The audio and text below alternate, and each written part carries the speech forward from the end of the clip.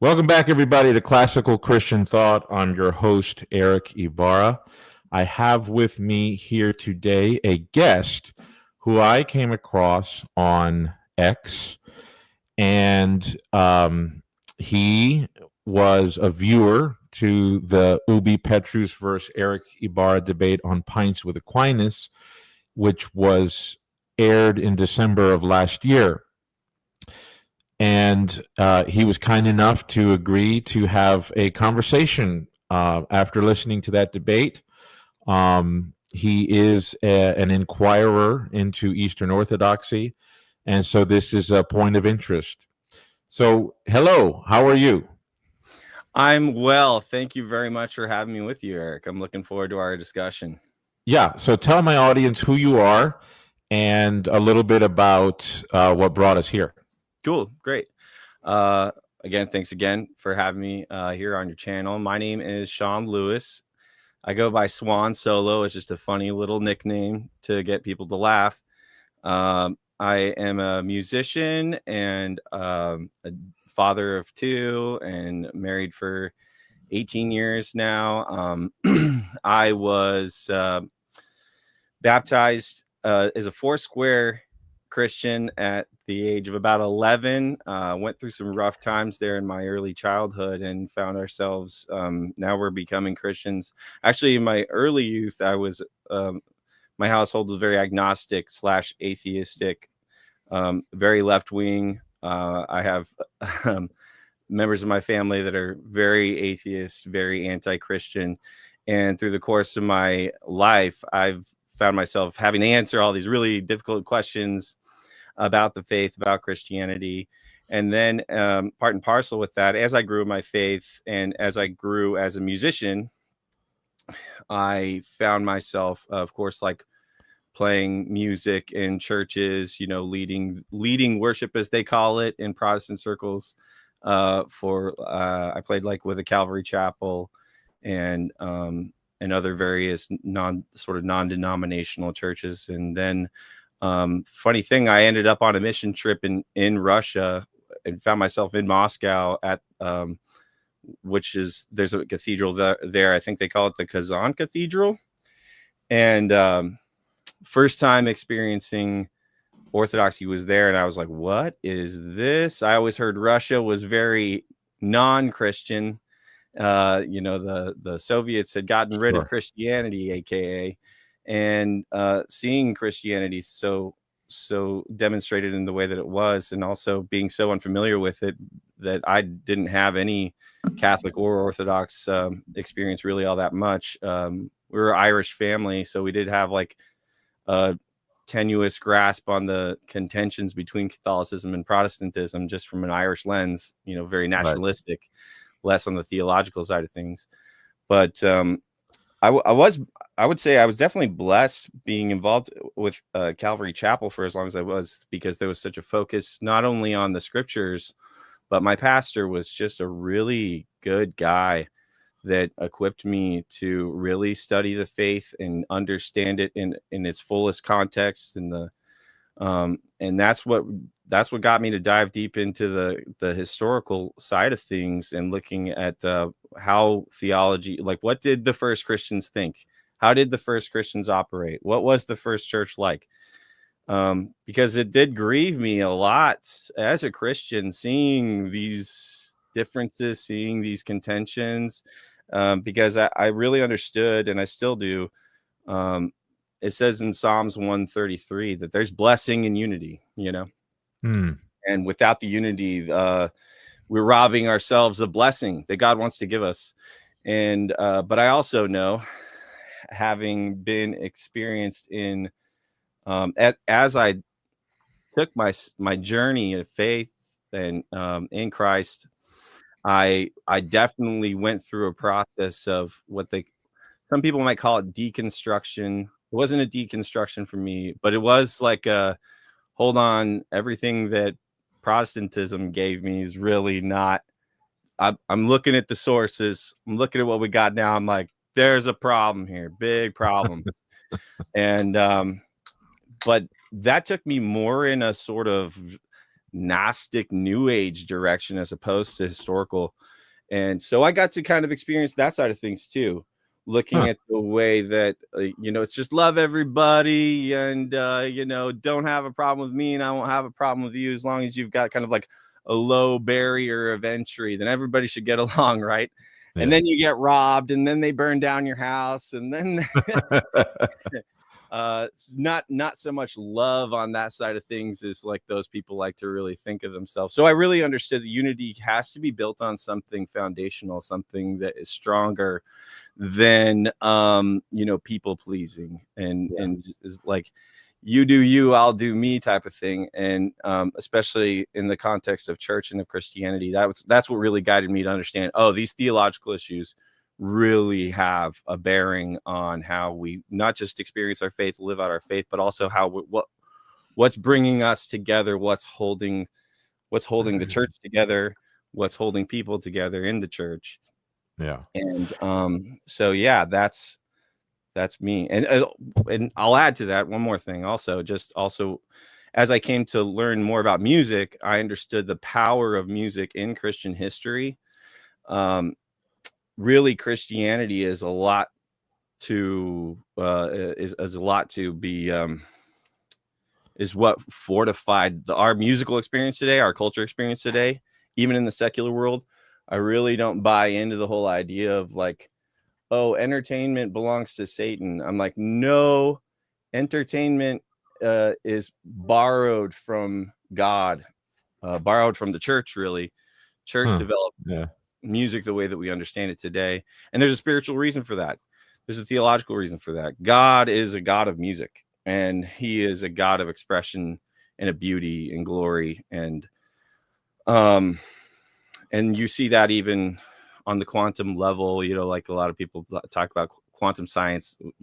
You start talking in our modern day Enlightenment thinking, we look at science and we like to use a lot of scientific things in order to justify certain theological positions. And one of the things that really stood out to me was how it's these micro vibrations that give weight to like quarks and quantum particles and things like that. And I'm like, that sounds like the word, that sounds like a logos energy. And it sounds like music. And then you see these apocalyptic scenes in scripture talking about, the trumpets and the singing and all that good stuff. And then you see there's a partnership with that, with the liturgical thing. So I've definitely had my hands and my mind in a lot of these different areas. And that's what kind of brought me to looking at these debates, listening to lots of Ubi. And his thoughts on the papacy, and learned a lot from him, and then saw your guys' debate. How long have you been? So currently you attend Calvary Chapel? I do not know. Now I am currently attending a Free Methodist church. Okay, Free Methodist. Okay. How long have you been inquiring into like historical? I mean, I could say pretty much from that time. That was 2007. I was in Russia, 2007, 2008. And so I've really been inquiring about it for a really long time.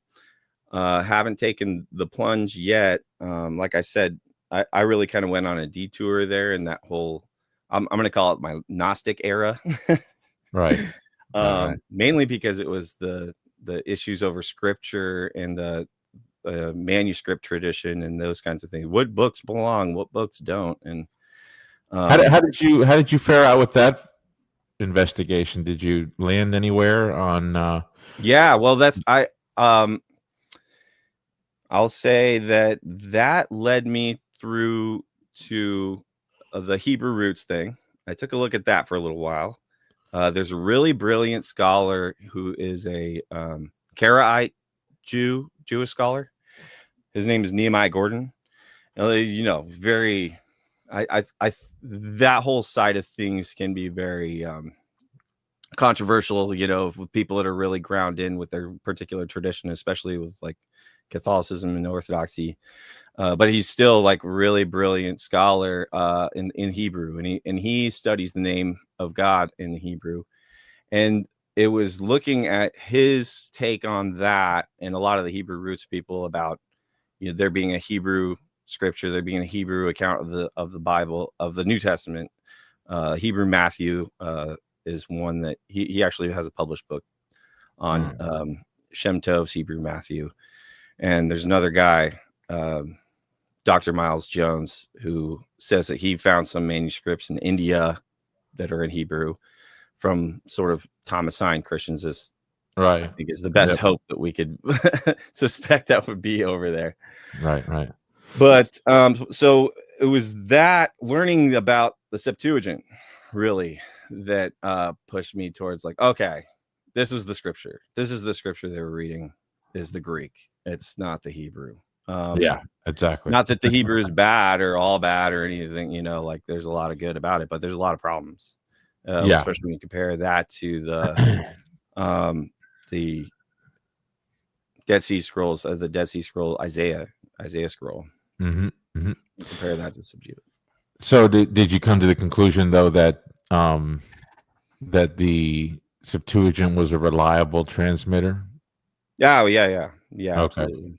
And especially, in the whole like New Age circles of things, they really like to draw on the Greek philosophy of their understanding of the Logos and these philosophical issues. And then when you look at the Septuagint and you look at what the fathers actually have to say, theologically speaking, that like, no, they're actually drawing on distinctly Jewish Hebrew concepts, more so than the Greek, and distinguishing themselves from the Greek very exclusively and particularly. And then when you start to see that line, you really understand, well, that's kind of the error of Gnosticism in those first centuries, is their reliance on Greek philosophical concepts, not really being familiar with the Jewish concepts. Interesting. So you said you've been watching Ubi. You watched the Ubi Petrus debate, which is on the papacy. And so give us some of your introductory thoughts, and then maybe we can get into some of the issues you might have with that debate. Yeah, I thought it was a great debate. It was great to see you guys interact. I thought it was really cordial and really respectful, and actually even watching it a second time through, I just felt like my first time watching through, I don't think I really had the right understanding of what was going on in the room. Not that you can ever watching from afar, on screen, Right. You don't know people really. But yeah, it's just such an interesting debate. It's such an interesting exchange, because the particulars are so nuanced and the history is so thick. You start to look at one little point and it just kind of explodes out into a million other little points. You've got councils, you've got letters, you've got this, you got that, and it's the overlapping of the political things that are happening at that time. There's just so much to it. Yeah.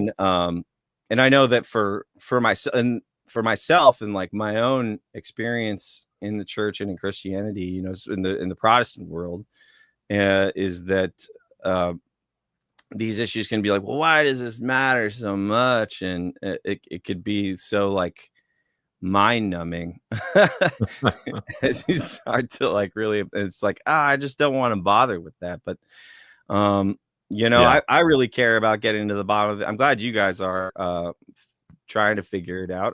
I really do think that I see you as an honest arbiter. I don't necessarily look at you as being some kind of scoundrel trying to pull wool over people's eyes. I think that you really have an honest conviction about your position, Yeah. Thank you. And I respect you for that.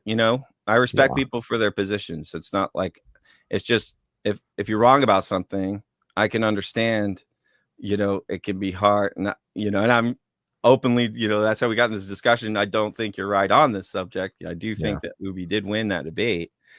But I understand there's a lot on the line with this stuff. Like Catholic Church is a very, very big institution, billions of people and all that. And Orthodoxy is second biggest, but I don't think It's obviously not nearly as influential, not just in when I reflect on Catholicism, I don't really think theology. I really kind of think more in terms of like cultural and political influence, because I know that there's a lot of respect for Thomas Aquinas. I'll be really honest there. I don't have as much familiarity with like natural theology and Thomas Aquinas and all that. But I would say, first, before I even say what I thought about the debate, I'm just really curious for you. I'm curious to ask you, actually. Yeah. What do you think is the point that I would bring to the table? That's the question I wanted to ask you. Like, what occurs to you in that debate as being like this moment something happened? Yeah, I don't quite know. This is kind of I just wanted it to be more of a surprise to me, because I wrote my book on the papacy for the purpose of generating discussions on the history of the papacy that goes beyond what has been. And what has been is a lot of just quote mining and look at what this guy said and look at what that guy said. And that's a very common critique. Yeah. Right. So, my book begins a lot with certain prolegomena on historical studies, method, what method are we using when we employ our investigation? Are we just going and finding a bunch of people saying certain things, or do we need to look further into more contextual studies as to what they were meaning by what they said, rather than expecting everyone to be answering our questions, because that's often what it is, right? I have certain questions. Paul has all the answers for them. Let's say, well, wait a minute. Let's see what Paul's own questions are, because you might be taking an answer to a different question and applying it to yours. And so I found that a lot of the apologetics in Catholicism was sort of decontextualized. And I saw a lot of the Orthodox apologetics as basically borrowing from 19th century Anglican criticism. So guys like Frederick Puller, Edward Denny, there's plenty of them. I've cited from so many Anglican sources in my book. Charles Gore, another guy who wrote vociferously against the Catholic claims, papacy claims. There's just a bunch of them. And so I wanted to sort of bring the debate to the next level, where we can say, wait a minute, guys, let's look at the development of doctrine. What is that? How do Easterners look at that question? How do Catholics look at that question? How do we process the historical method? Are we looking at history differently? How do we come to know things? So I have a chapter on epistemology, which is not typical in a Catholic apologetic book on the papacy. Usually you just go right into, hey, look at what this guy said. Look at what this council said. So I begin my book by a lot of preliminary calibration, saying, okay, before we do this jet tour through the centuries, let us try to come to some common ground, so that way we're not talking past each other and we're not making some of the common fallacies. So I wrote chapters on what is it that an Eastern Orthodox Christian has to accept from history. And that is the inventory that we'll be working with. I'm not going to be bringing data that an Orthodox Christian can say, oh, well, that's from XYZ source that I don't have to pay attention to. Mm. I said, no. So I had to establish where is the dogmatic inventory for the Orthodox. Mm. And if I fix my pool of data there, then whatever I pull out to bring to the discussion has to be dealt with one way or the other. It cannot be dismissed. So yeah, I would say you're Methodist, looking into the the historical Eastern Church. I think maybe you have more of a meta perspective on this instead of looking into the nitty gritty of things. But you already said that Probably. you do want to get into the. So yeah, I'm not sure where your point of critique would come from. Yeah, awesome. That's great. I do appreciate that line, because you guys definitely, I felt like you really got into those sources between the two of you. Obviously, Ubi, really well read guy. I'm impressed by everybody in this whole field, I'm like, man, I really shouldn't be reading this stuff. I really should be recording, but I'm like, no, I can't stop. I can't stop reading. There's just so much here. But yeah, you said you'd known Ubi a few years before then, but you'd only just met in the scene on the spot. Yeah, so probably 10 years before that debate, I had met an online profile by the name of Denny Sellin, Mm-hmm. and he, introduced himself as an Orthodox apologist, and we used to go back and forth quite a bit. In fact, he was part of a small little group of Orthodox apologists. They actually created a Facebook group called the Orthodox War Zone, and it was sort of like a military utensil where they would gather together and talk about how to address the papal claims, the claims of the filioque, and all that stuff. So him and a few other guys and I and myself, we used to be like always going back and forth.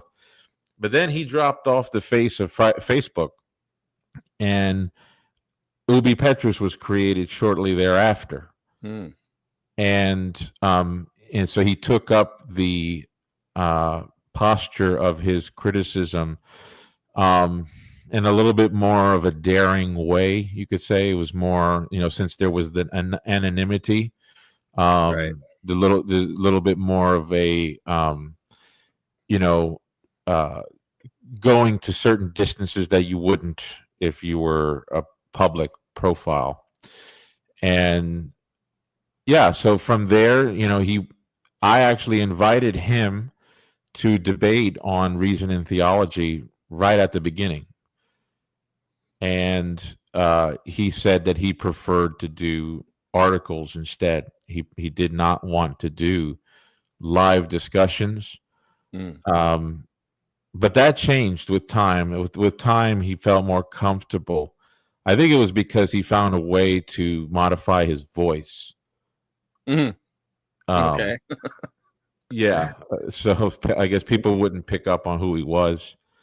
And so that's when I think he felt like he can hit the gas on doing live debates. And by that time, I didn't really want to do anymore. I didn't want to debate with him for several reasons. One reason was because my interactions with him were never pleasant at that point.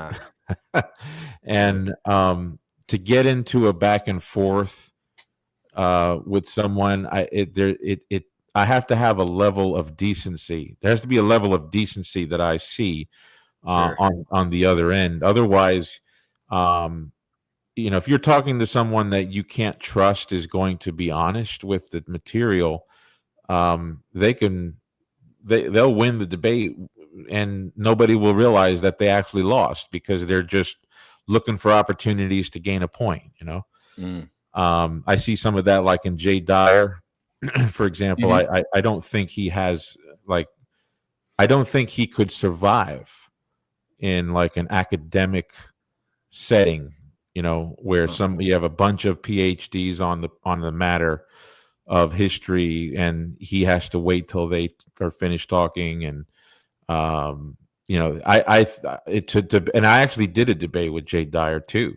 That's going back about 6 years ago. I know I have seen it probably once before, but I intentionally did not watch it just so I could focus entirely on the Ubi one. Yeah. But I've been meaning to get back to that one too, to watch that. Well, you see, so Ubi Petrus and Jay Dyer ended up sort of merging in their effort.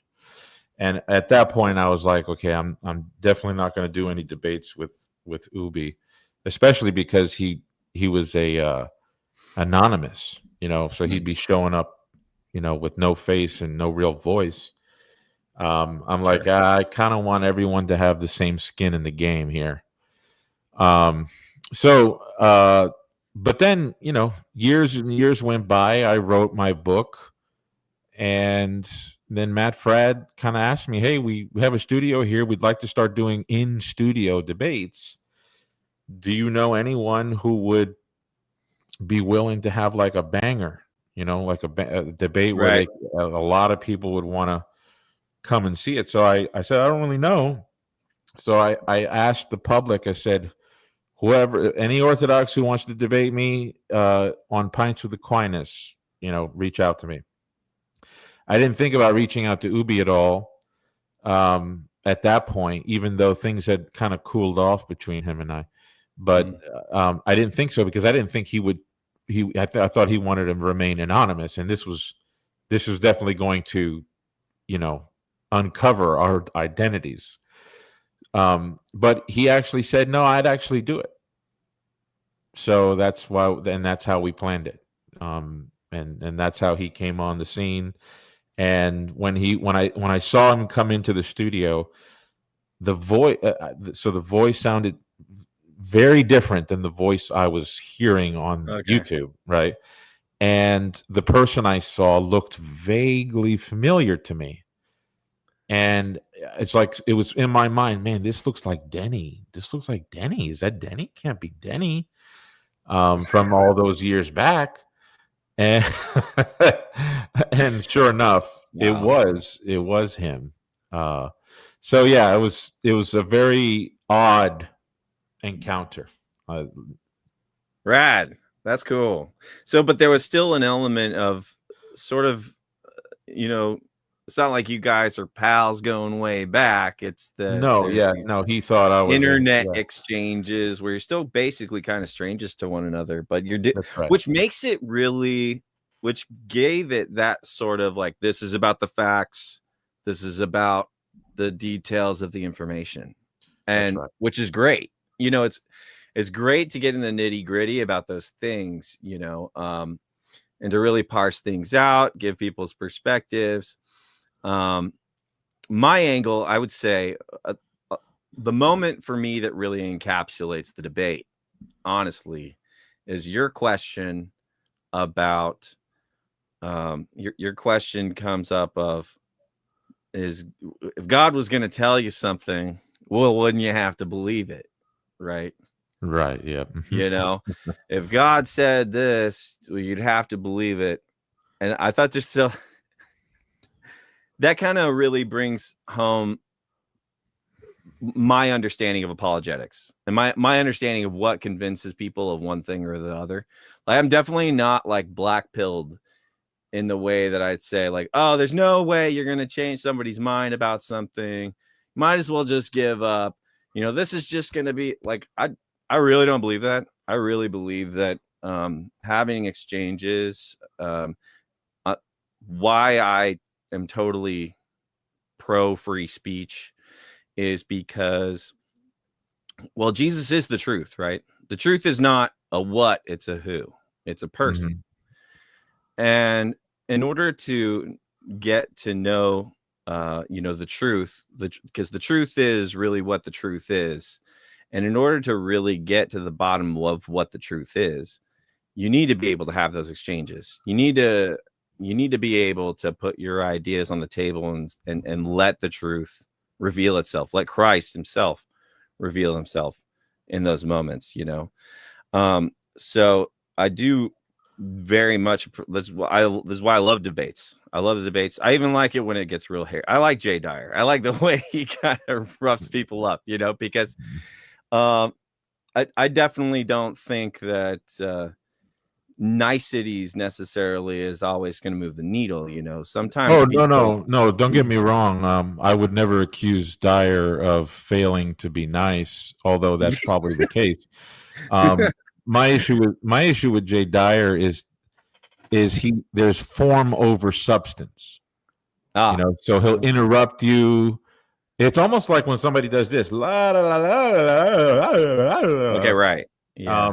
And whenever I listen to him, like in the Tim Gordon debate, there were points in time where I felt like that's all he was doing, you know, and so I didn't see substance. Yeah, I think, and that goes to the point of like, well, you believe this is a spiritual thing, right? Like this is a spiritual battle, right? Yeah. When you're dealing with these issues. So I can understand you know, if you're in this position, you think my position is right, this other position is wrong. This is a spiritual battle. Therefore, this other position that is wrong is coming from a spiritually, you know, hostile place. Well, You know what I mean? I actually And so it's don't like have those thoughts. don't give room for lies to be propagated when like the truth needs to dominate here, right? So Well, I like do think when you feel that somebody same kind of sense of urgency when you're Well, I think that there are really knowledgeable Eastern Orthodox apologists that could actually get substantial information across the table and actually engage with the opposing side and in an honest way. You know, so yeah, there's a spiritual side to it, but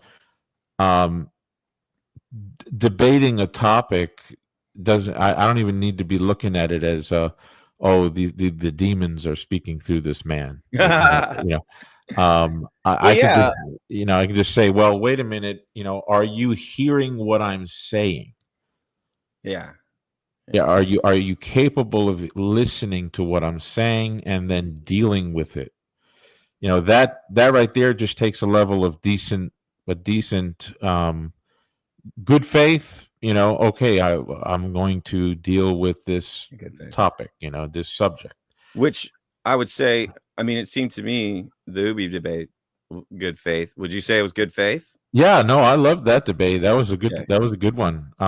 We could have gone on and on. I think so too. Yeah. Yeah. So that question though of God, whether God would say something and you'd have to believe it. Well, that's where I think that does kind of focus on the pressure point of this topic, which is the question is, who is God? Because who is Christ? And then who is his church? Because this is a process, right? God has created the world, he's created man, and he's created the church as part of this project, right? We are on planet Earth in order to be made into his image, and he's using the church to do that. And so understanding the church, what its role is, what its function is, how it's supposed to operate, it's supposed to produce that result, right? I'll be honest, like the biggest thing that called me toward understanding orthodoxy is really the doctrine of theosis, because that's something that I recognized in scripture, something that I felt was totally lacking in the Protestant world, of understanding that the game of life is not a game of waiting to die. Right. The game of life is about proving your participation in God's plan, in God's kingdom, and the church being I really appreciate the doctrine that the idea that the church is the eschatological community in Christ that is covenanted on the earth as it is in the heavens. Yes. So, so who is God? Well, God's the God of truth. Christ is truth. So he's never going to do anything that's inconsistent with himself, right? He's never going to say something that isn't true, right? So that's kind of the point, is that we can suppose that, like, well, God says that you're a donkey now, but are you a donkey? And that's why I appreciated Ubi's response to that, which was that, like, well, I'd have to make sure it was from God. Well, why? Yeah. Well, because God isn't gonna lie. And so to know that it is from God is to know that it is something that is true. Not because because Islam, in Islam, it's, I said that God told me something and it must be from God. Well, because I said, Right. Yeah. but Well, yeah, God being I think that's Christ being the servant of his model of the church given in Matthew is that he's the servant of servants. He's there to serve us, not for our sake, but for his sake. He's revealing his glory of who he is, what he's like, and this is how he is. He's not like the world that lords it over each other. He's not like the Roman Gentiles that lorded over each other, but he's the servant of servants that extends himself out into the world, extends himself out towards us to lift us up, to build us up, to reveal the truth, to right where we're at.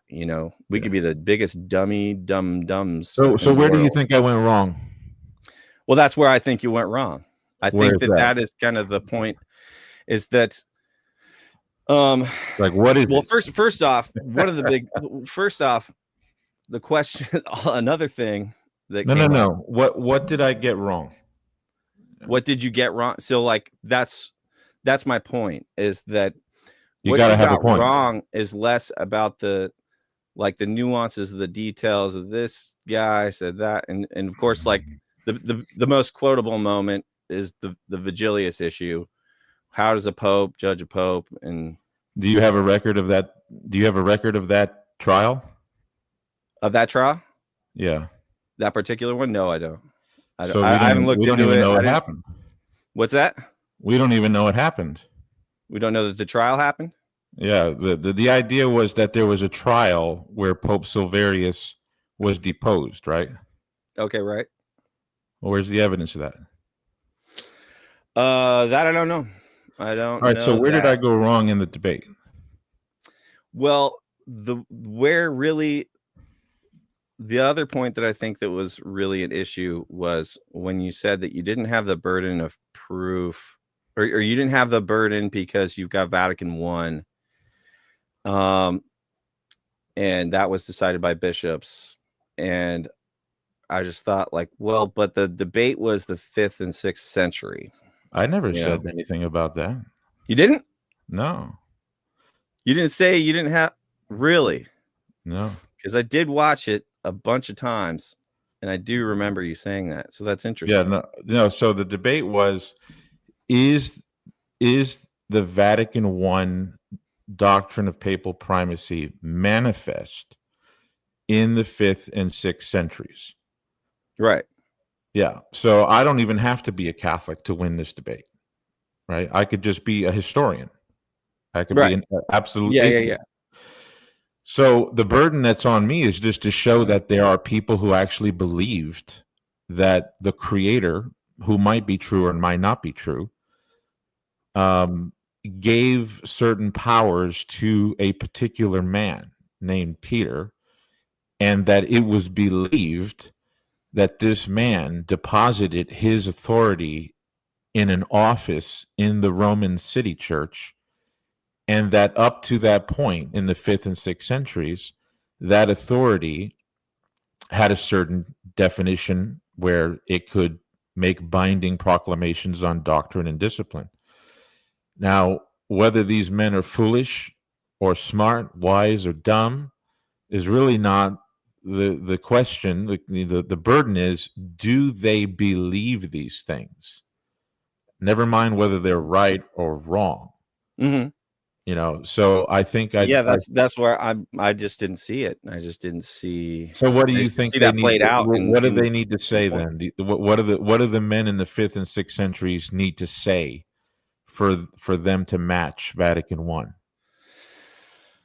Oh, well, I mean, I feel like they would have to say something like Vatican I. It's kind of And it's a that was weird. in my opening statement. I quoted from Eastern Orthodox scholars who said that men in the 5th and 6th centuries believed what was equally codified at Vatican I. What would make Eastern Orthodox historians say that? Don't they have the whole phronema and the worldview that you espouse? See, I don't know. I How just didn't. about Father Alexander Schmemann? Are you familiar with Father Alexander Schmemann? Life of the World? I've heard his name. Father John I mean, I Meyendorff? haven't necessarily read his material or anything like that. Okay, Father John Meyendorff? The same story. Okay. Well, there was a I see, couple. it's a lot of these names that kind of get thrown around, and I know that you kind of definitely focused on these Eastern scholars in order to make this. I just didn't. I felt like it seemed to me like a lot of those points weren't necessarily demonstrating explicitly, oh, that's what they believed. It seems like they were demonstrating, well, what they believed was an Orthodox papacy, which is that. So would you understand my question? That's another question I had for you was, you understand what the Orthodox model of the papacy is, right? Like, there is no Orthodox model of the papacy. Well, really? That's right. Didn't you hear the debate? Yeah. Yeah. So Ubi doesn't That's agree. why I feel like I'm taking crazy pills right now, Eric. I'm like, what are you talking about? I saw the thing too, dude. Did you not hear the point where Ubi said he thought the Russians were wrong? Yeah. What the Russians were wrong. Let's go into that. On primacy. He said, so there's a big debate on primacy in the Orthodox Church today. Yeah, with the EC. With the prerogatives, the canonical prerogatives of Constantinople. Yeah. And so Constantinople has made some public statements as to what those prerogatives are. And the Russian Orthodox Church, through its episcopal delegations, have written responses. And the Russian Orthodox Church is the largest Orthodox body in the world. And they are diametrically opposed to the primatology of Constantinople. Right. So there's no Orthodox model of the papacy. The Russians, have no concept of that. And even in Constantinople, it's not that they reject any primacy. It's that they reject the model of primacy as instituted by the Ecumenical Patriarch of Constantinople, right? Yeah, but even Baptists have a concept of primacy. Right. So just because you have a concept of primacy doesn't mean there's an Orthodox model, right? So because there's different models. Yeah, different models of primacy. Yeah. So therefore, I've never read a single Orthodox theologian that had Ubi Petrus's model of primacy. I've never read an Orthodox publication. Pope signing off on a canon or on a council because he's the prime. Well, that element is across the board. I mean, even Methodists and not as a universal thing, but as just because that they're the seat of Peter. Yeah, but like I said, Methodist patristic scholars in the Methodist camp will tell you, the Pope's signature was needed. Mm-hmm. That doesn't mean the Methodists have an Orthodox. That's not necessarily Vatican I, right? That's not. No, but it could mean Vatican I, right? Because Vatican I also says that the Pope signs off on ecumenical councils. Right.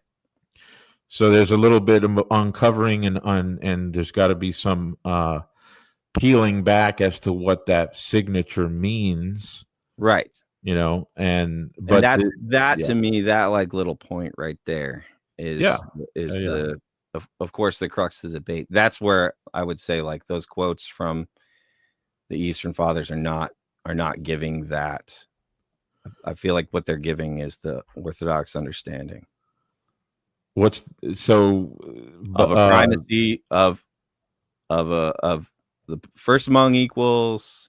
He's part of the council, and being first among equals, he's got to sign off on the council, but he's not the Pope at whatever time is not free from criticism, chastisement, or excommunication, by the rest of the churches, by the other bishops. Well, but all that happened. I mean, all those things happened. Yeah. The Pope intervened in the fifth. So after the Council of Chalcedon, this was the point of the whole. My whole point in the debate was that the Council of Chalcedon, okay, which was signed by all the patriarchs, including the Pope, right afterwards, it basically crashed because you had a lot of people rejecting it in the East. Right. And so you had the sees of Alexandria, especially, the see of Antioch, the see of Jerusalem, not so much Jerusalem, but definitely the see of Constantinople. They all basically said, oh, that council's a robber council.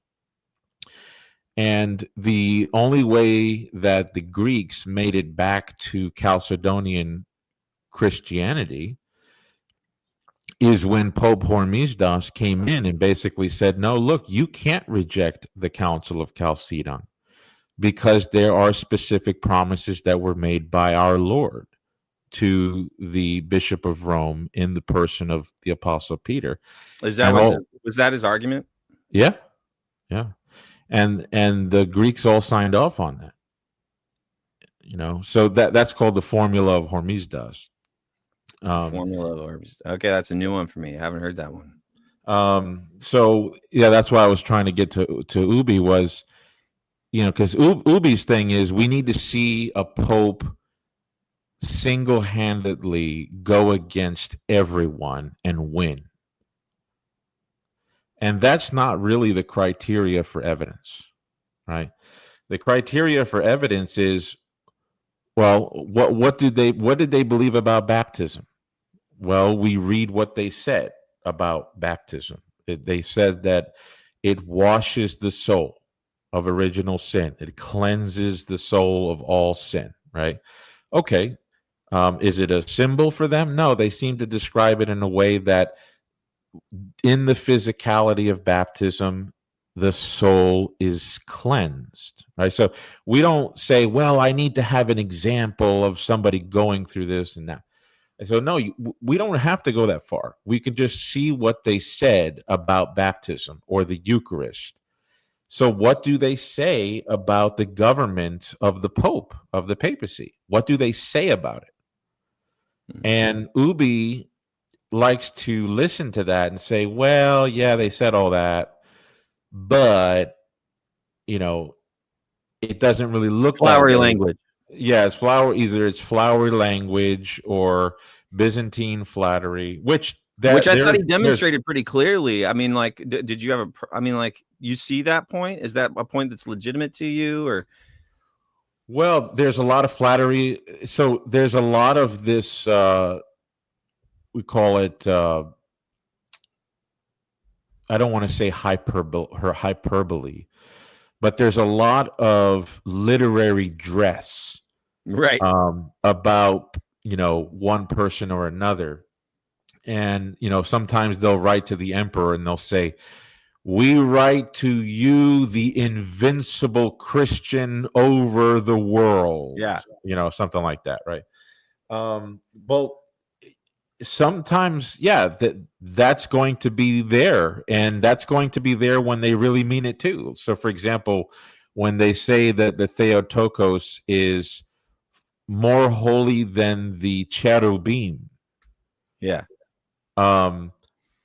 Okay, they're obviously. I mean, the cherubim had never even needed to be redeemed, saved, right? Mary did. Both traditions believe that Mary did require the Salvation. application of of grace, Yeah. and yet they're saying she's more holy. It's because there's something true about that. There's something true about what they're saying. It might be literary dress, but it's not empty. So sometimes there is literary dress when it's empty, Mm. and sometimes it's not. So sometimes there's a lot of poetic language about our Lord. Sometimes there's a lot of poetic language about the church herself being infallible. The church itself is above reproach, without spot and blemish. That's even Paul says that in Ephesians. The church herself is holy, without blemish. Mm-hmm. Okay, yeah. So what does that mean? Is he just sort of dressing it up with? Is that nominalism? No, I wouldn't say it's nominalism, but so it's not empty, in other words. So sometimes in Roman culture during that time, they did use language like that, but it wasn't always empty. So you've got to go by the context.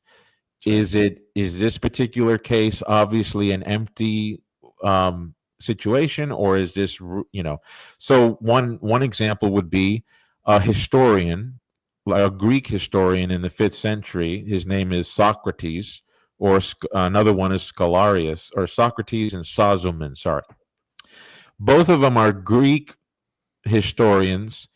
They don't particularly like the Roman See while they're writing, and yet while they're writing, they say that everybody knows that no council can go against the Bishop of Rome.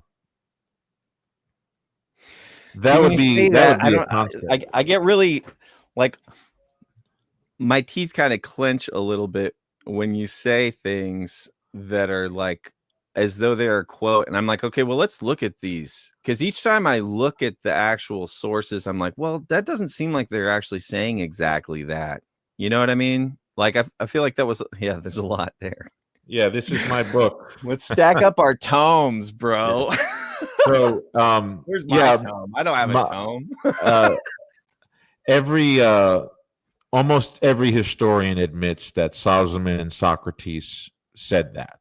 Okay. They disagree with them. Like, so Protestant and Orthodox, they'll say, this is clearly two Greeks that must have been high, off of, marijuana or something. And where did they get this idea that nobody can go against the Bishop of Rome?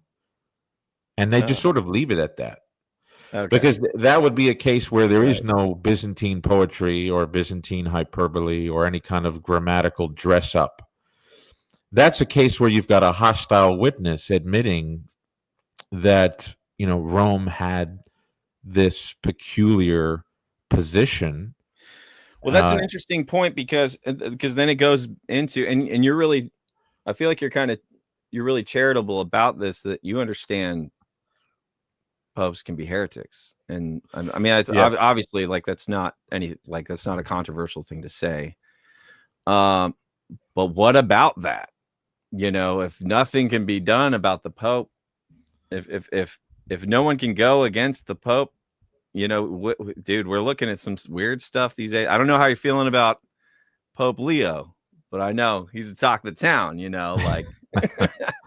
Yeah. So this is where, we would be getting outside the field of that debate, right? Because totally. I totally recognize that.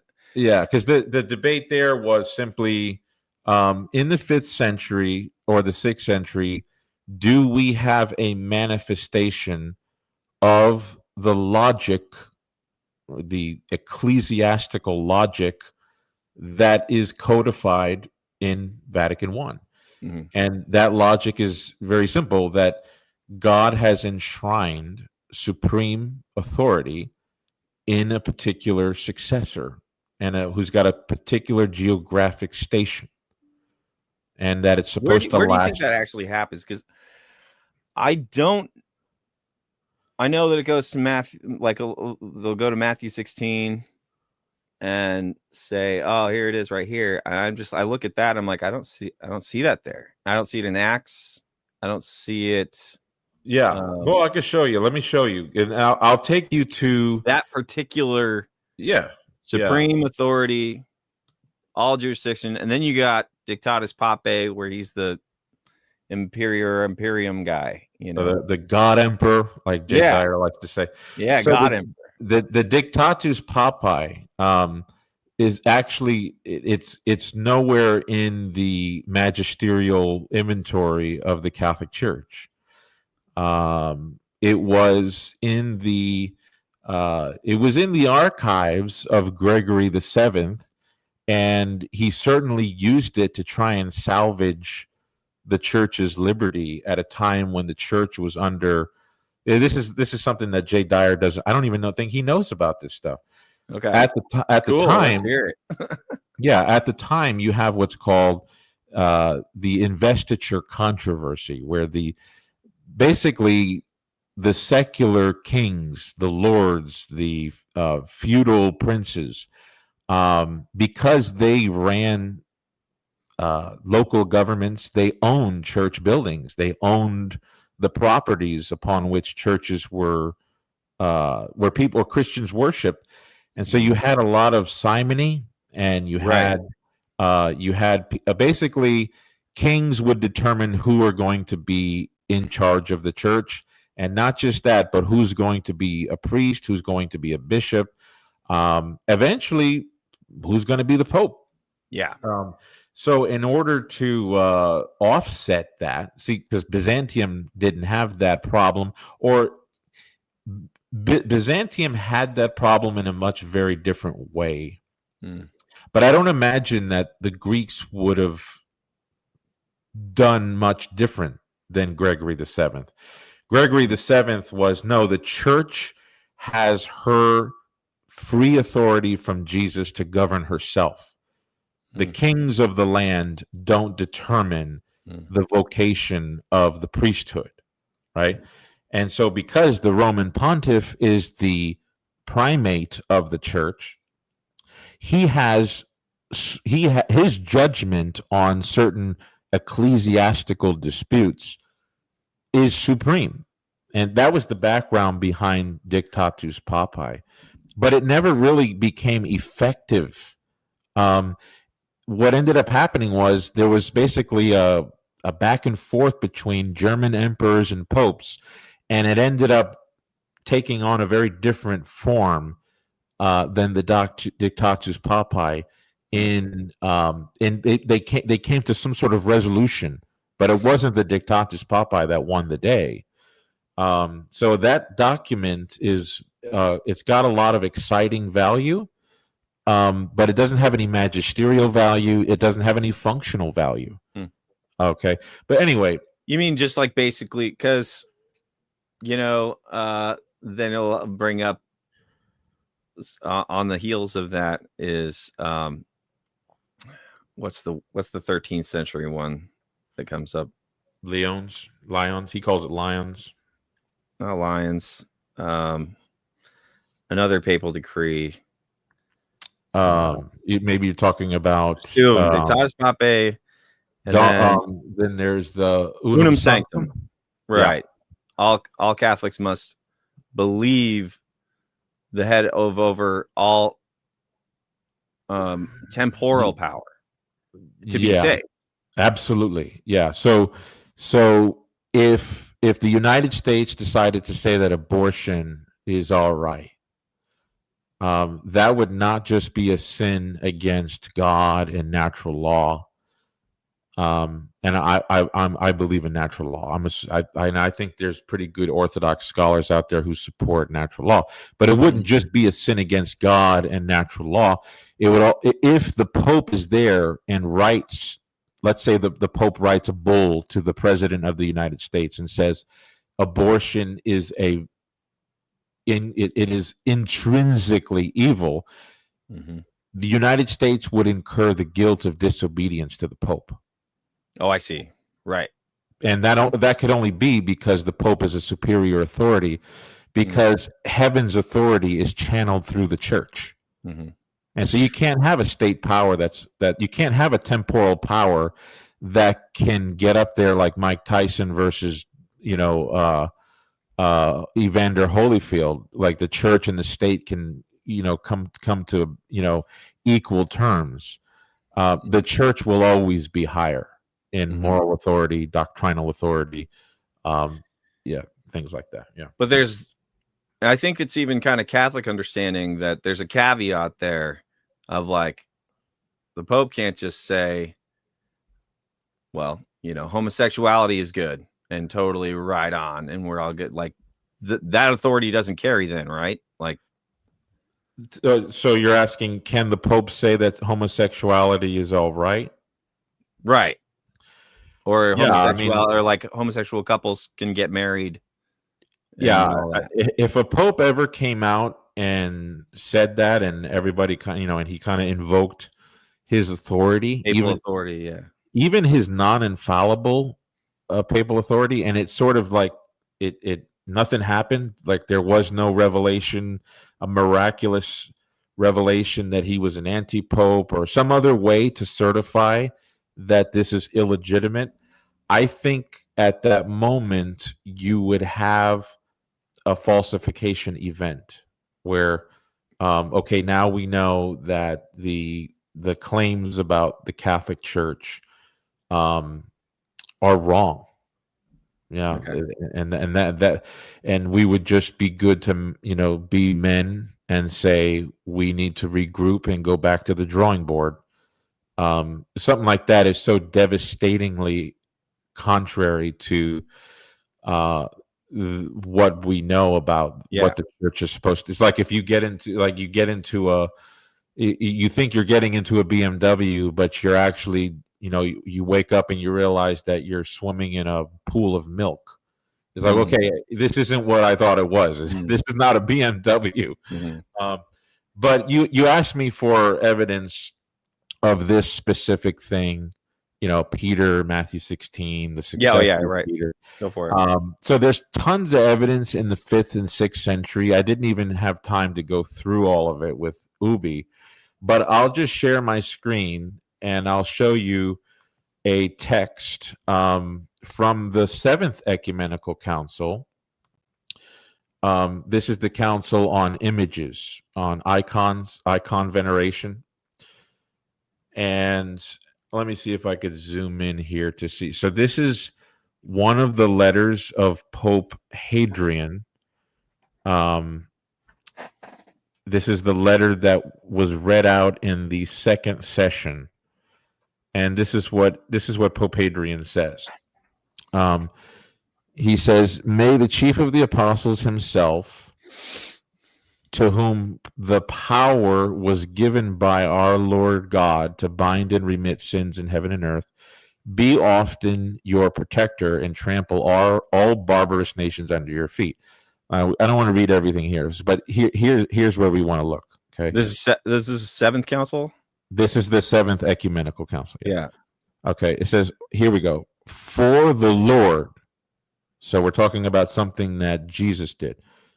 For the Lord set him who bears the keys of the kingdom of heaven as chief over all. And by him is he honored with this privilege by which the keys of the kingdom of heaven are entrusted to him. He, therefore, that was preferred with so exalted an honor, was thought worthy to confess that faith on which the Church of Christ is founded. So there we have it. The rock is the faith of Peter. He goes on. Wait, hold on. Yeah, go ahead. Bird was so exalted an honor, was thought worthy to confess that faith. A blessed reward. Talking about Matthew 16. Yeah, obviously. A blessed reward followed that. So here's talking about a reward. Here's the reward. A reward followed that blessed confession, by the preaching of which the Holy Universal Church was illumined, Okay. And from it, the other churches of God have derived the proofs of faith. For the blessed Peter himself, the chief of the apostles, who first sat in the apostolic see. So that's the station I was talking about. This is the Roman The city Apostolic church. Yeah. See, which Yeah. is often referred to as being Rome. It's just Rome, yeah. There's plenty of, I mean, there was many apostolic sees, but Rome became known as the chair of the apostles. And this is right here. He left the chiefship of his apostolate and pastoral care to who? To his successors. To his successors, who are in the seat forever. to sit in his most holy seat forever, and that power of authority which he received from the Lord our God, our Savior, he too bestowed and delivered by divine command to the pontiffs, His successors. his successors. Yeah, Yeah. So this is where, you know, we don't even need to be hearing words like infallibility, indefectibility, or anything like that. What we have here is this understanding that Jesus picked one man and gave him a unique privilege in the form of authoritative government, and that this does not die out with the Apostle Peter, but it survives him in a particular station that has a geographic verification, which is Rome, the city of Rome. And that up to 787, that's when this council was held, AD 787, that authority continued from Peter in whatever year, 54 AD, I'm not sure. Whenever Peter finally, died. It continued from Peter to the next person who took up the throne, and the next person after that, all the way up to Pope Hadrian. And that the nature of this influence is that he has, did I lose him? I think I lost him.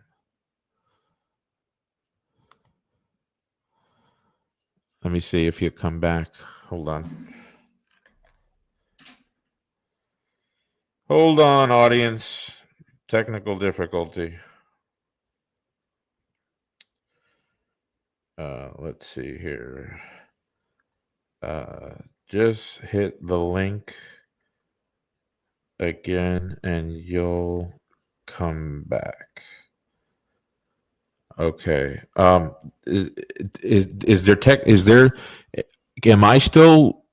any of my listeners confirm that I'm still on the video? I know I lost my partner here, but I'm trying to reach out to him through Messenger to see if I can get him back. Okay, Deus Vault says you're loud and clear. Okay, I'm just waiting to see if I get a message back. It looks like he dropped off.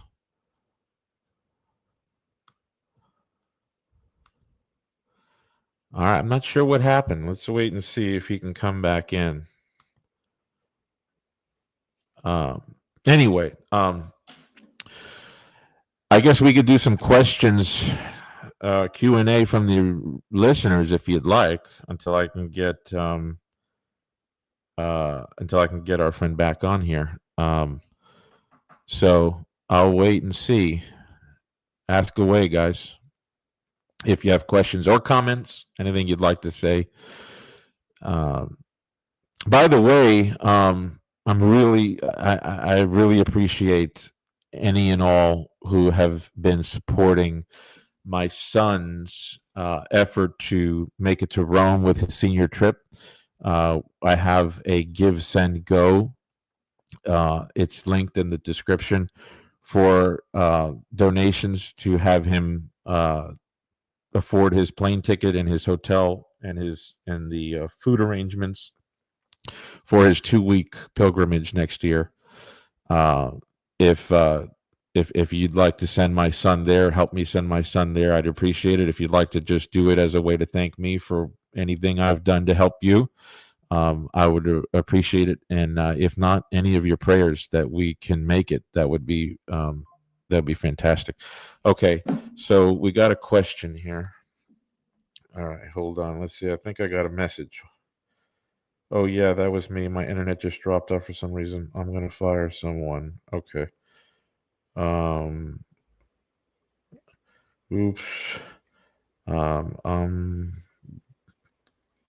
Do Q and A with the audience until you can come back. Okay, yeah, he says he'll come back. Okay. All right, Eric Ybarra, while development of disciplines are legit, how can we justify the Latin Church changing the order and the timing of the sacraments of initiation? That's interesting. So, my position on the sacraments and their administration is not the same as your typical Orthodox and Catholic apologist. So if you look at any of the scholarship of early church doctrine on baptism, for example, it becomes very clear that in the early church, infant baptism was not this open program that was unanimous across the board. Like today in the Orthodox Church and the Catholic Church, I know the Orthodox Church has a small gap of time, but where you have, hey, there we go. Welcome back. Sorry about that. I have no, no that's idea what okay. happened. I'm mad now, but that's okay. No, that's okay. Let me finish answering this gentleman's question, Go for it. and okay. So, infant baptism was not like this thing where it's today in the Catholic Church, the Orthodox Church, where every baby that's born in the church is soon baptized. As late as the 4th century, for example, you have very strong Christians who come from Christian families who were baptized as adults. Augustine is one of the famous examples. They say, "Oh, Eric, what are you talking about, Augustine? Augustine's dad was a pagan, and his mother was the one that was a Christian. But the reason why he didn't get baptized was because his dad was not a Christian." Okay, but if you read his confessions, he brings up the story about how his mom was going to get him baptized when he was young because he was sick, and they thought that he might have a terminal illness, and then they were preparing for him to receive baptism. Okay, but they didn't because they found out that he was going to be all right. So that militates against the idea that he was forbidden by canonical law or something like this. If you look at the Cappadocian fathers like Basil, the 2 Gregories, John Chrysostom, and some others, these were people that were born and raised in Christian homes, and their parents did not baptize them when they were infants.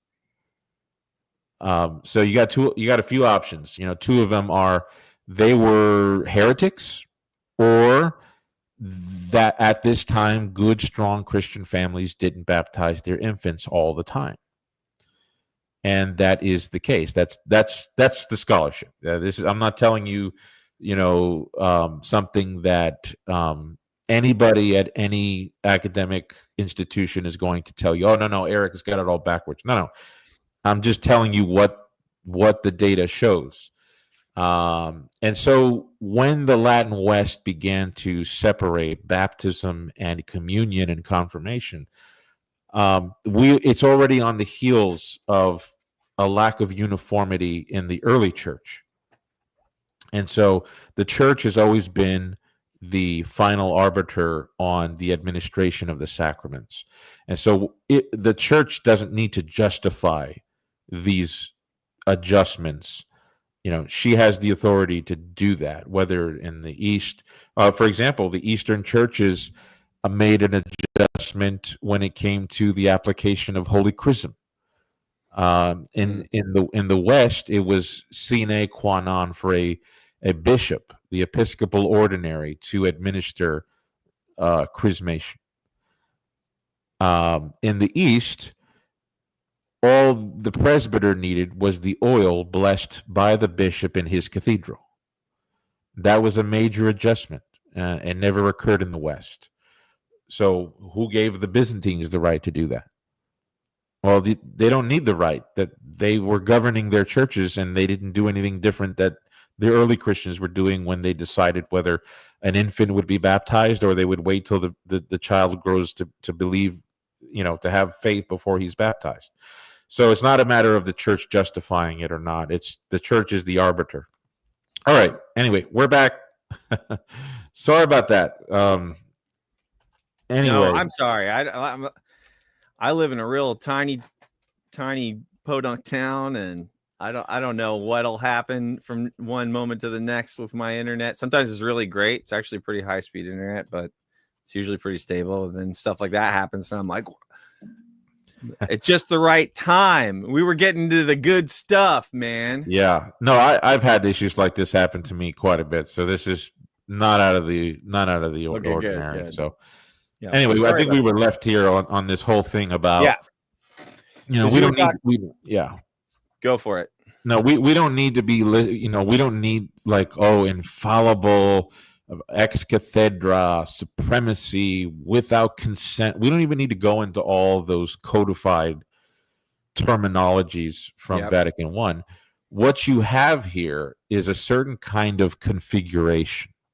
Yeah. That doesn't have that really only corresponds to a Catholic understanding of church government.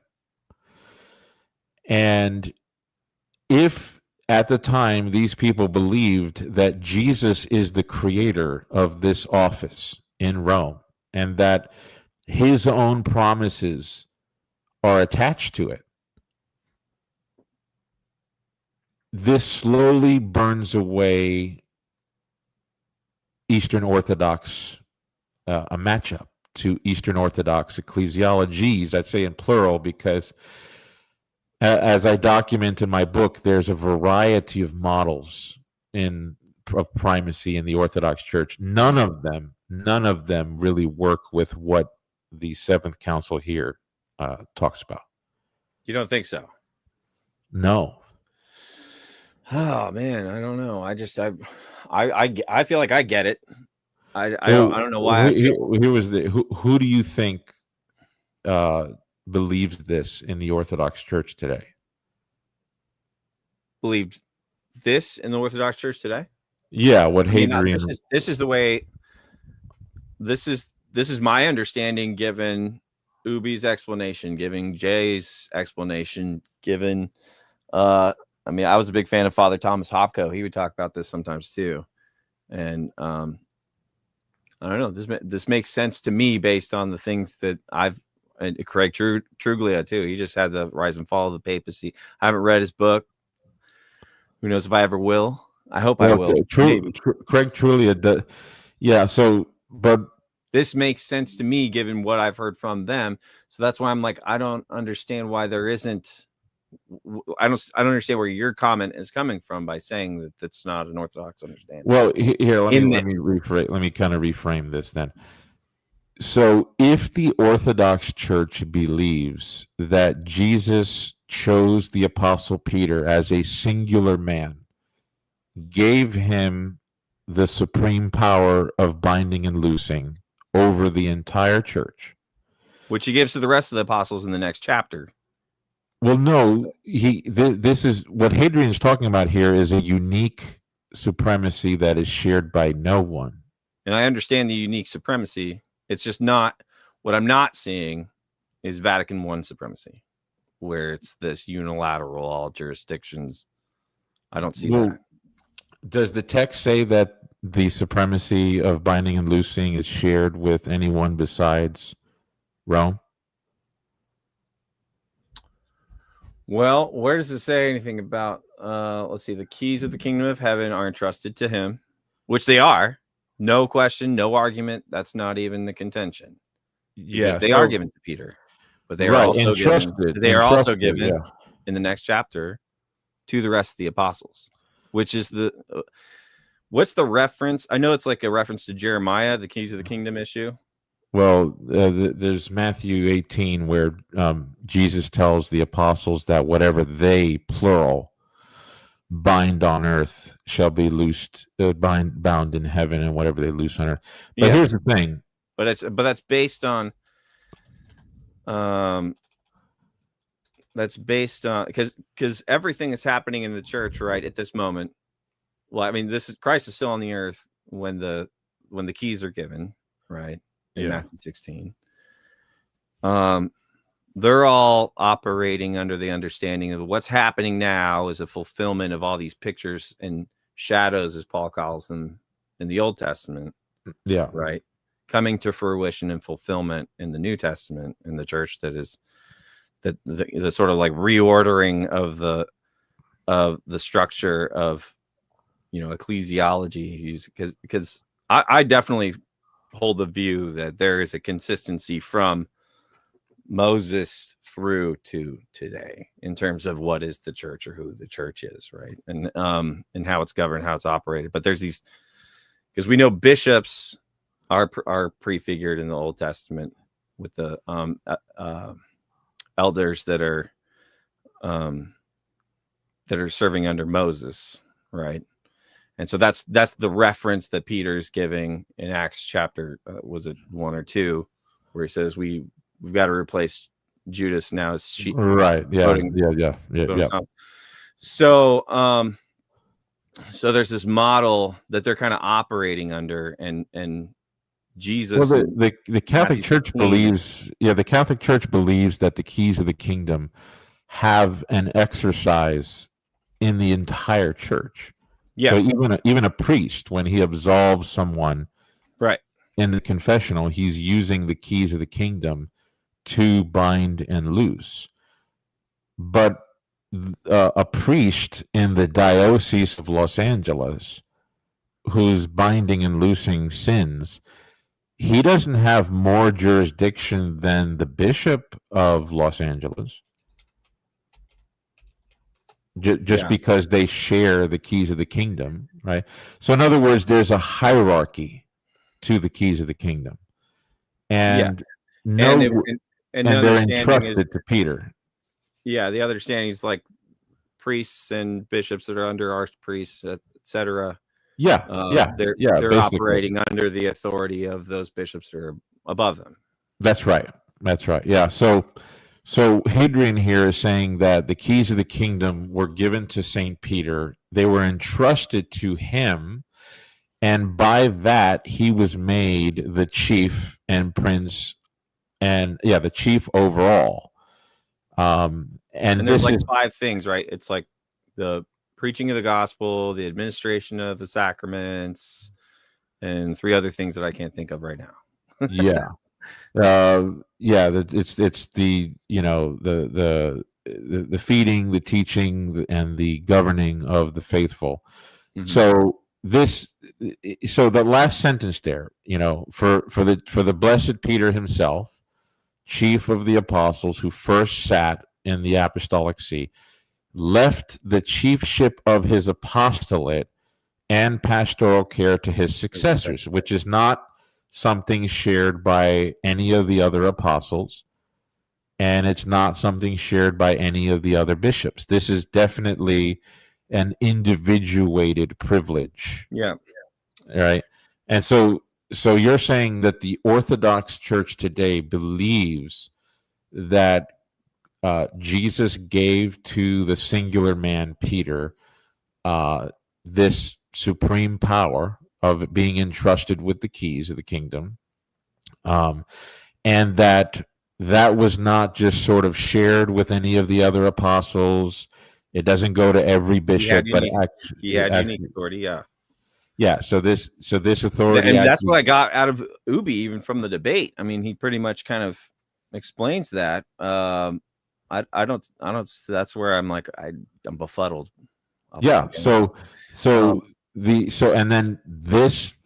Look at what it says here in the text. It says here, who are to sit in his most holy holy seat seat. forever, Right. right? Which is this element of perpetuity. Yeah. Yeah. So we have a geographic location, we have a historical person, we've got a sort of like a Right. quasi dynastic succession, and I've been reading and studying Orthodox ecclesiology for over 10 years now. I've dialogued and debated with some of the top scholars in the field, and I've never come across anybody who's agreed to what we're reading here. Oh. And I'm like, yeah, as well. Yeah, so I'm wondering if you have a name, a synod. Well, that's why I'm like, maybe I'm misunderstanding something. But it's like, here's, let me break down kind of the way. Where is the Orthodox Bishop of Rome then? Where is the Eastern Orthodox successor to Peter? Well, that's today? the thing, is that the Orthodox understanding is that bishops can apostatize and they can be excommunicated, and so like it's covenantal language to me, like that, in Revelations, if you don't hold fast, then your candle will be taken away from you. That's a possible thing. And so it's not all that mysterious to me to see a bishop apostatize and be dealt with by the broader collegial body of the bishops, or primates in this case, Well, that would contradict everything we're reading here, because I don't see the contradiction. I see all of those things are totally applicable to a bishop of Rome, a primate of Rome, being faithful to the gospel, being faithful in the mission of the Holy Spirit, and when when you go your own way, you're going your own way, like that. And these things no longer they're not your reward, Right. I mean, that's what I see in what I'm reading right now. Yeah, Like, well, I can't agree. I mean, what we have here is a delineation of what the privilege given yeah, is, and I see, and it's like, I have no problem with the privilege. The privilege makes total sense to me. well, the In the privilege isn't context of the defining fulfillment of Orthodox doctrine.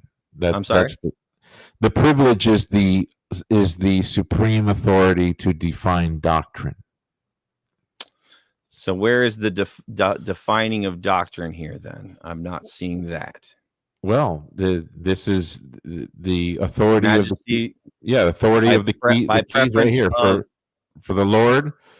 For the Lord set him who bears the keys. So him in the singular. I'm glad we're doing this, by the way, because it's like, okay, we're looking right at it. Yeah. So for the Lord set him who bears the keys of the kingdom of heaven as chief over all, and by him he is honored with this privilege by which the keys of the kingdom of heaven are entrusted to him. So the power of the keys, what are the power of the keys? The power of the keys are to open and shut people out of the kingdom of Jesus Christ. That's literally that's the station.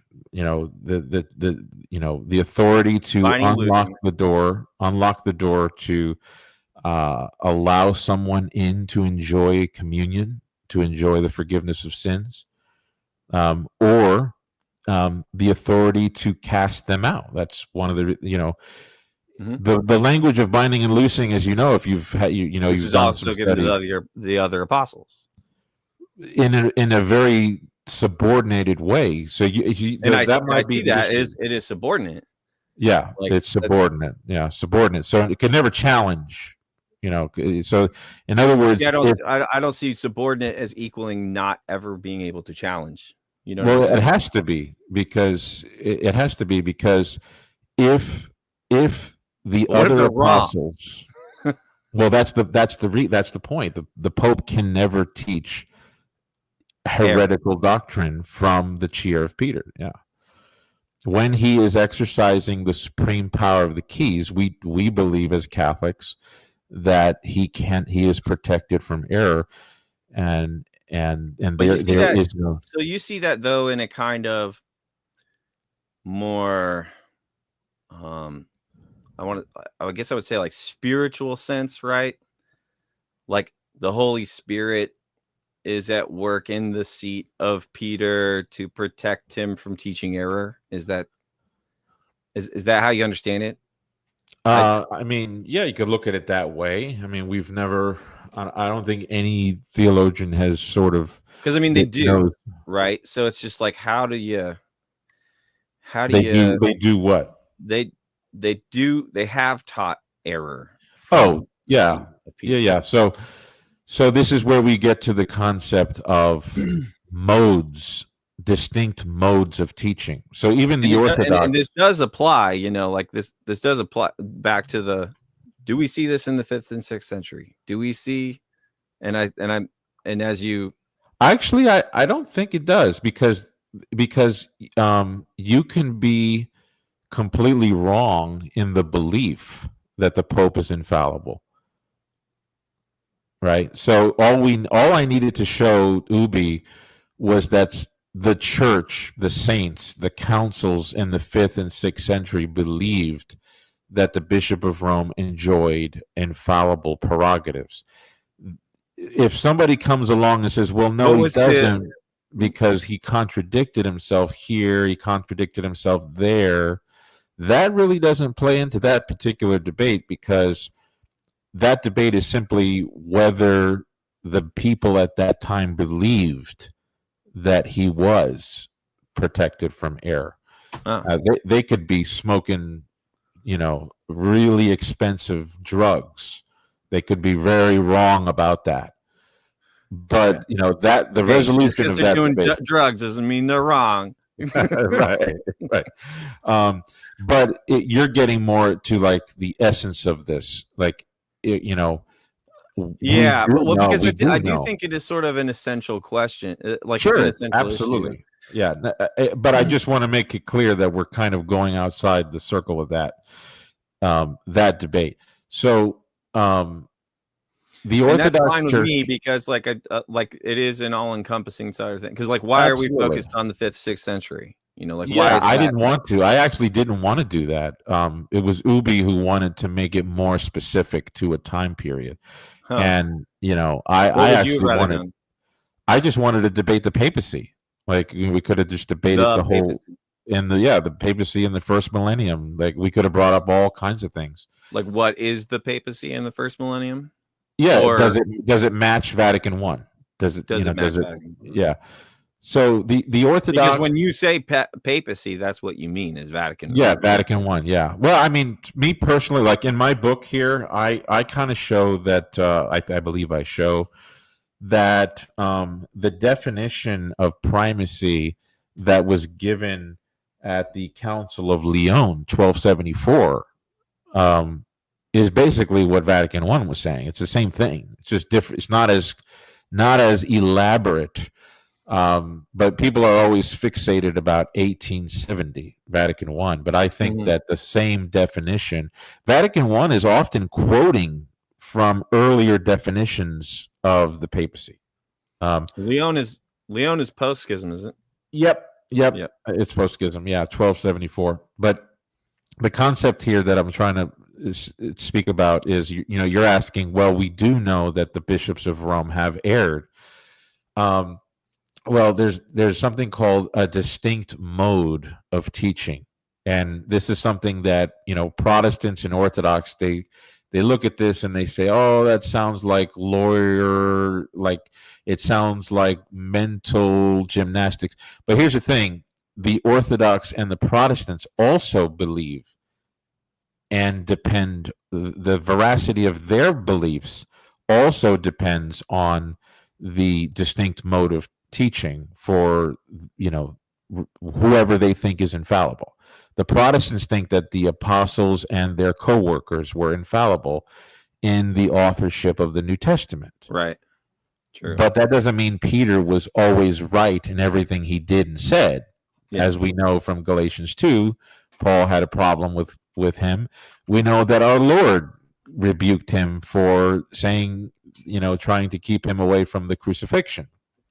So the apostles were capable of making mistakes, but when they sat down to write letters or treatises, the Protestants believe, no, at that point, God protected them from error. So even a Protestant has to absorb this concept of there might be a mode of where there's fallibility, and then there's another mode in the very same person of infallibility. The Orthodox believe the same thing to a greater degree when it comes to ecumenical councils. They believe that bishops individually can make all kinds of errors. But when the 5 patriarchs get together and all of them agree, then it's protected from error, right? So we would just say that when I think there's even some kind of nuance with that too, that it's not necessarily, it's not like it's not a democracy, right? But it's based on the veracity of the truth of the conclusions that they're coming to, and then it's usually rooted in some literature of one saint or another, like the Cappadocians with the Second Ecumenical Council, and like even a lot of their, like, I think is it Gregory of Nyssa, who's considered to have never taught error, something along those lines? Well, no, I mean the Greeks, they ended up coming to the knowledge that he taught universalism, at least at one point in his career. But no, John Chrysostom, I think it's the Orthodox tradition that John Chrysostom's his commentaries on Paul's letters, not on the Gospels, but just Paul's letters, are infallible. Because Paul came to him and whispered in his ear, and the ear is incorrupt to this day. Yeah, right on. Yeah, so they that. I think it's a beautiful belief. I mean, I Catholics are not obliged to believe that. The Orthodox, I don't think, are obliged to believe it, but there's a big tradition that holds to that. But we would just say that the Pope can err if he's writing a letter to a patriarch, if he's preaching a sermon to his congregation in Rome. So when the point is brought up that I think it's Vatican I, or I'm pretty sure it's Vatican I, that all universal ordinary magisterium must be accepted. Right. Yes. Yeah. So whenever that is an exercise, and that's not necessarily always ex cathedra. No, it's always ex cathedra. That would be universal ordinary magisterium. So universal ordinary magisterium is not the same as the Pope's magisterium.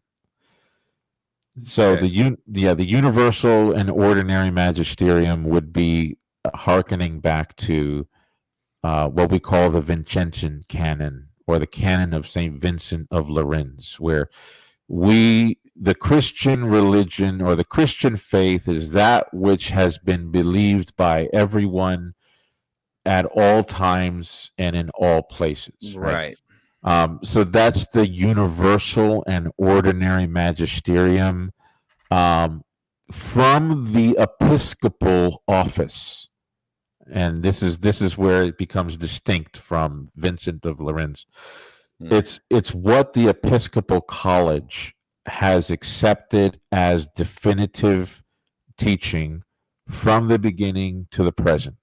So it's not just the Bishop of Rome, it's the whole college, head and members.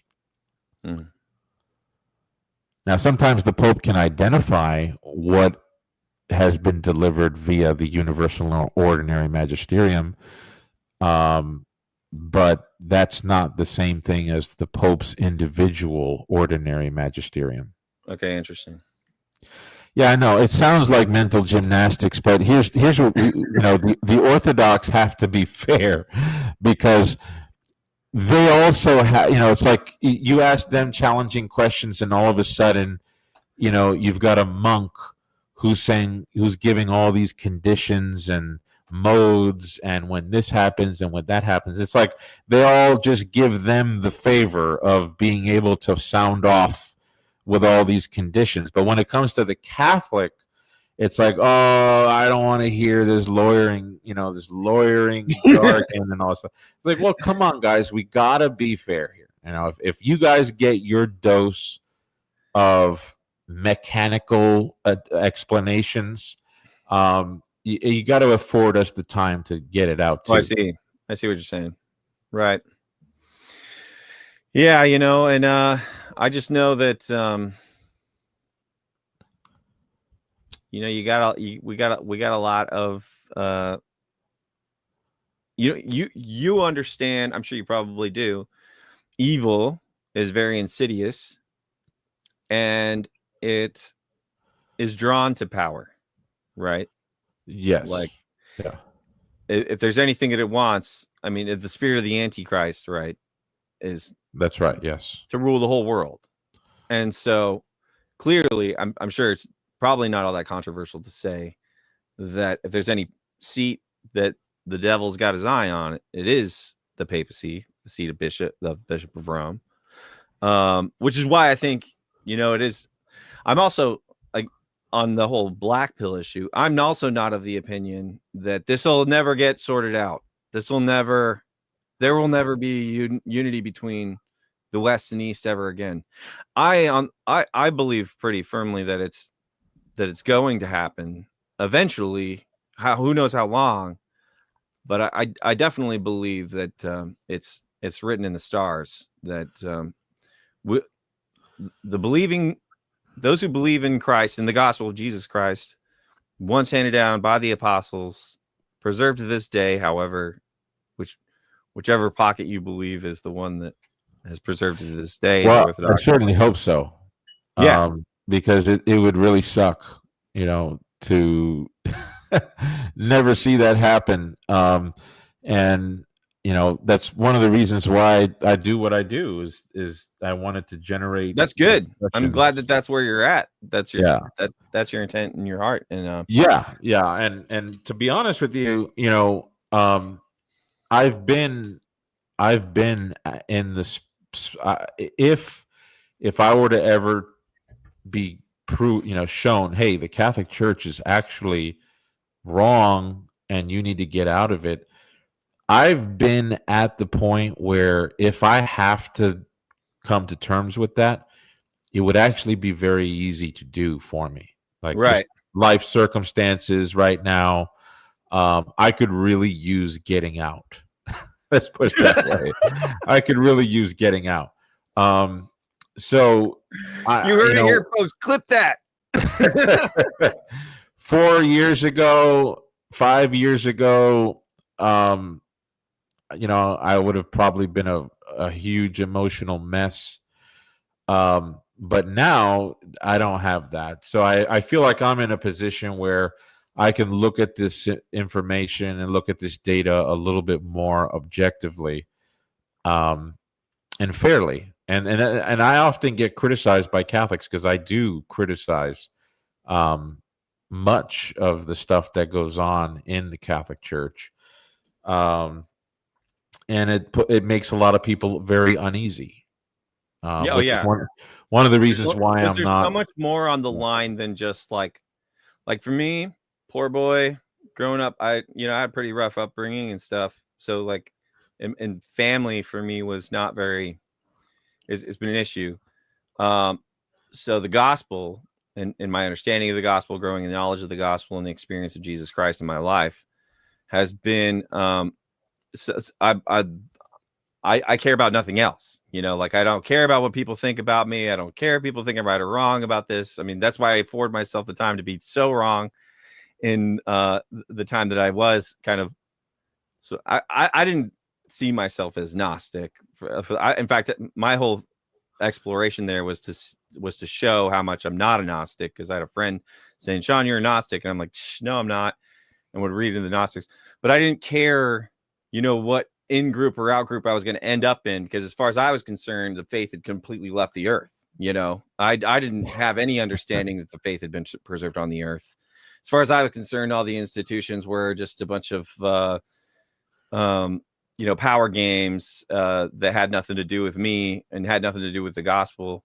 And so I was going to go get it, whether people liked it or knew it or not. If more people had that kind of I feel like if more people had that kind of approach, that these things would get settled a lot more easy. But I mean, that's a lot to ask. But I know that a lot of things that are at play are, people's social groups, like the pressures that come from there, your work, your family, like religion and spirituality is definitely a personal thing that extends far beyond just an individual. But, that's a reason that Christianity is a social religion. It's something that is centered around people coming together, that the body of Christ coalescing, coming together to function together as one unit. I mean, I just think of Babylon, when the people come together, well, there's nothing that they cannot do, and that's really that's why the plan of the enemy of the armies of darkness is to have people have Christians in particular pitted against one another on this issue, that issue, whatever. But, I'm just like any honest Christian is going to say, well, the devil's in the details. So we do have to get to the details. We do have to sort them out. We do have to be honest about them. But it's hard not to do that with like the personal attachments that we have to like our particular preferences or whatever. Yeah. And people who convert to Eastern Orthodoxy, I have a pretty consistent track record of maintaining very good relationships with people who do that, especially in real life.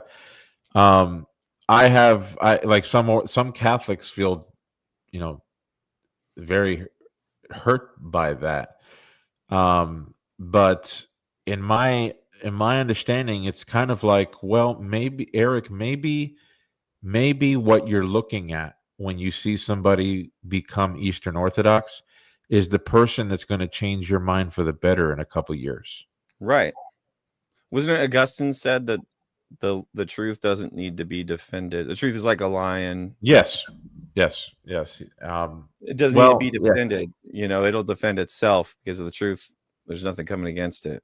Yeah. So I you continue your inquiry into Orthodoxy. Sometimes it's not just the papacy, right? Because the papacy today, even Catholics today, it can be very ugly. It's just there's something about it.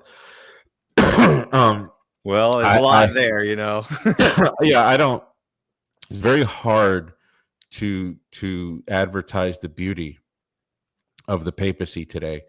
And so some people just say, look, Eric, I don't know what you got to say about Pope Hormisdas and this, libellous decree and the Council of Rome 6. I can't, like, God is not going to put me like a mouse into a maze of all these historical documents. I go to Divine Liturgy and I feel the presence of Almighty God.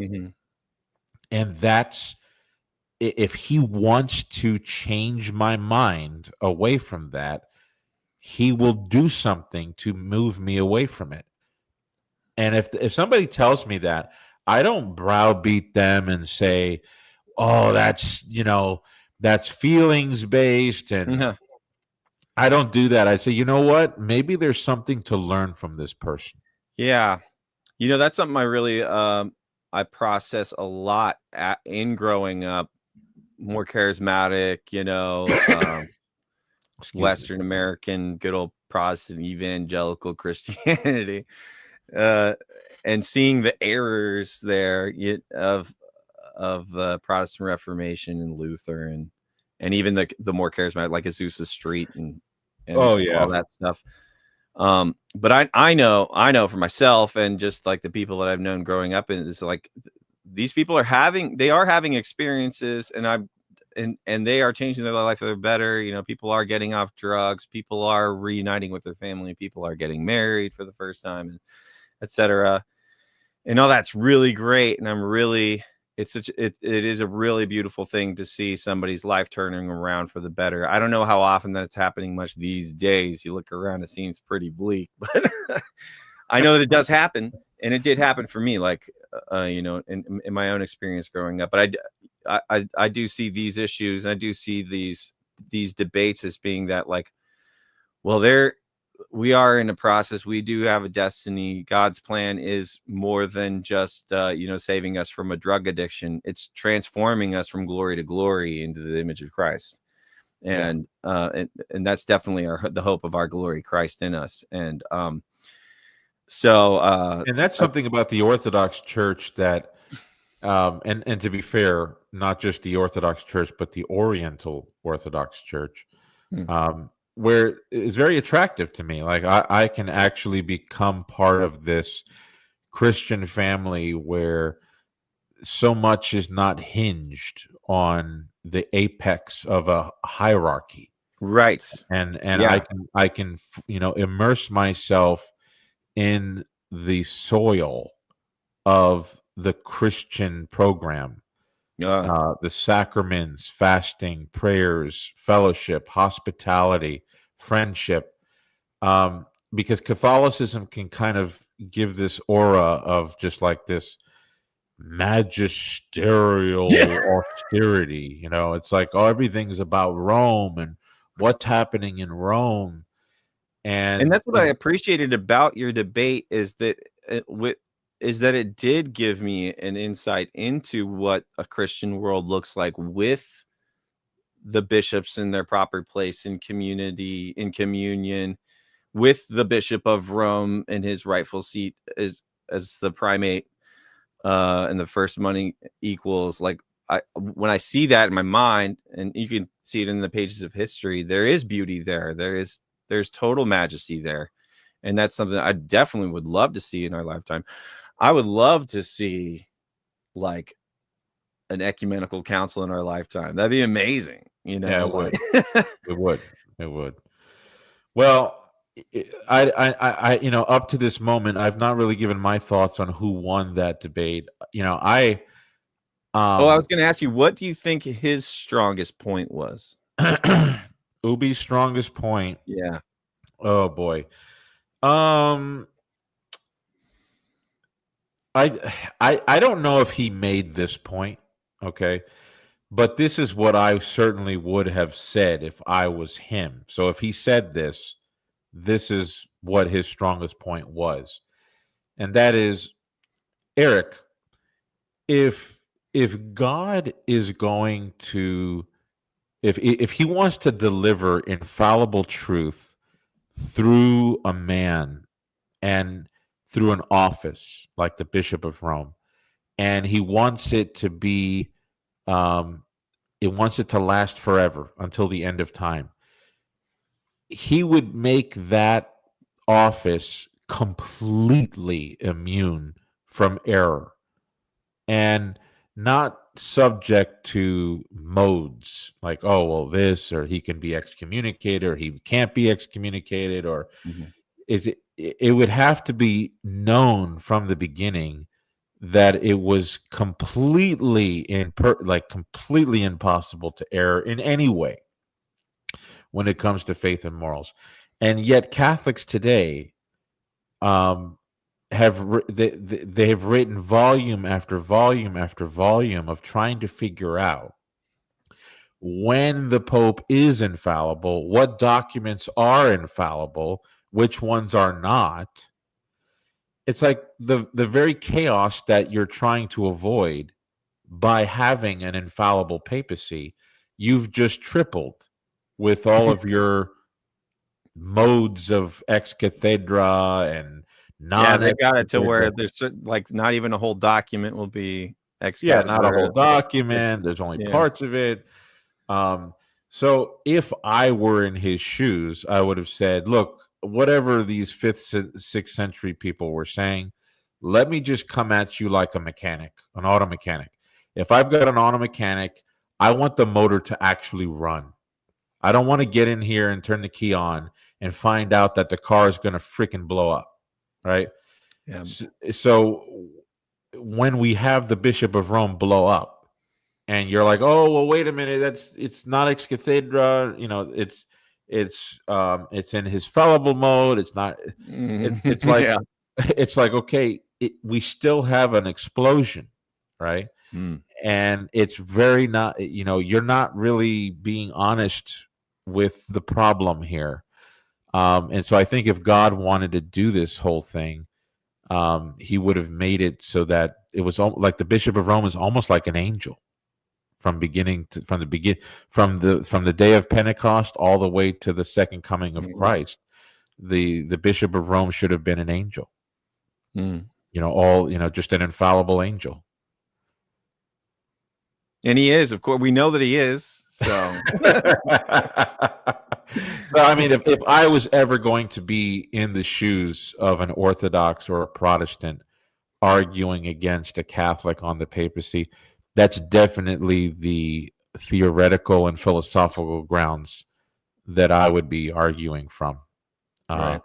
That this is just the very peace and tranquility that the theory promises doesn't actually match history or the experience of people on the ground in the world today. I don't know if that which is a tragedy, Yeah. And that's why we're all so grieved by it. That's why we're all spending so much energy to kind of work it out. And I'm thankful that you do. I really am. I'm thankful that you take your time, and thank you so much for having this talk with me right here, right now, dude.